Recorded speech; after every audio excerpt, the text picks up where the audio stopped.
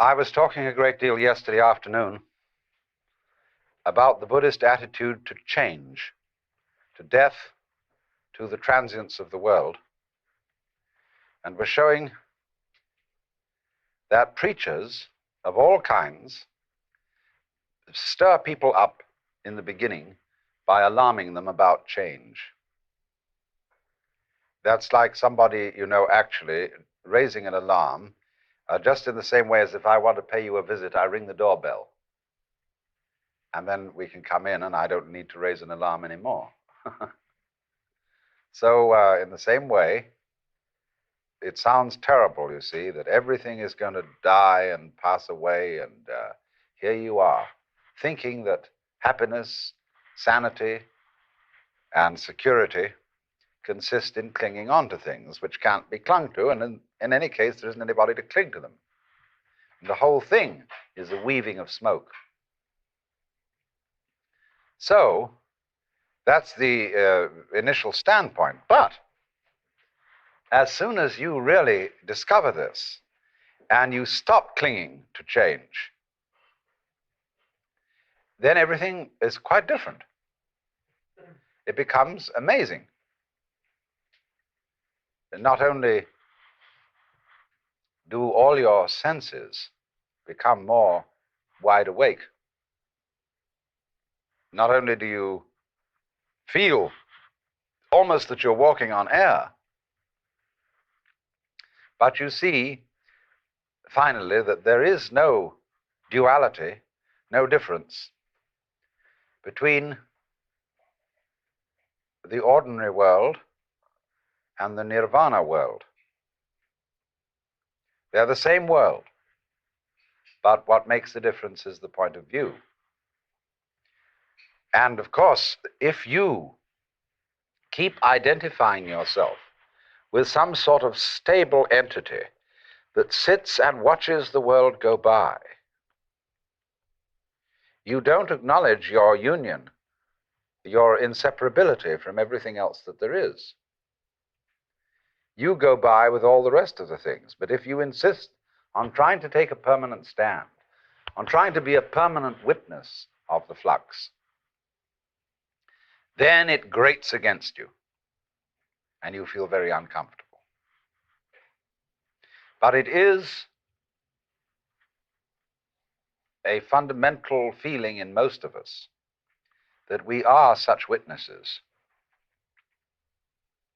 We feel that behind the stream of our thoughts, of our feelings, and our experiences, there is something which is the thinker, the feeler, and the experiencer.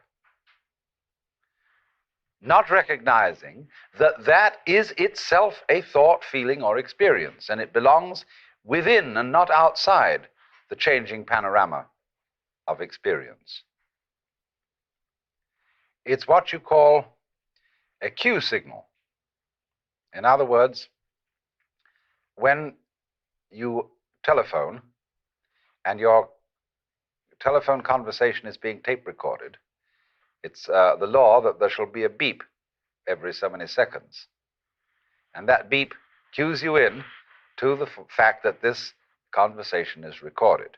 So in a very similar way, in our everyday experience, there's a beep which tells us this is a continuous experience, which is mine. Beep.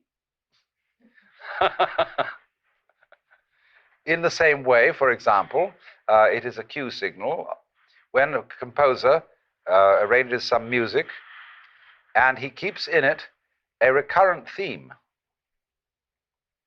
but he makes many variations on it. Or more subtle still, he keeps within it a consistent style. So you know that it's Mozart all the way along, because it sounds like Mozart. But there isn't, as it were, a constant noise going all the way through to tell you it's continuous, although in Hindu music, they do have something called the drone. There is, behind all the drums and every kind of singing, something that goes,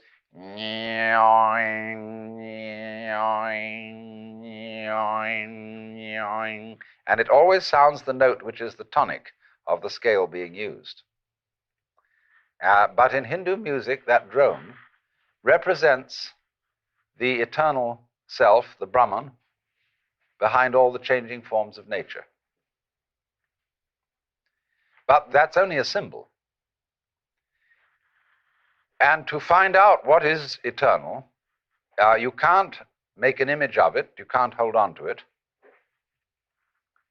And so it's psychologically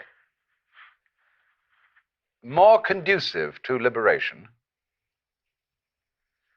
to remember that the thinker or the feeler or the experiencer and the experiences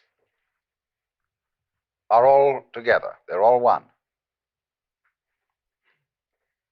But if out of anxiety you try to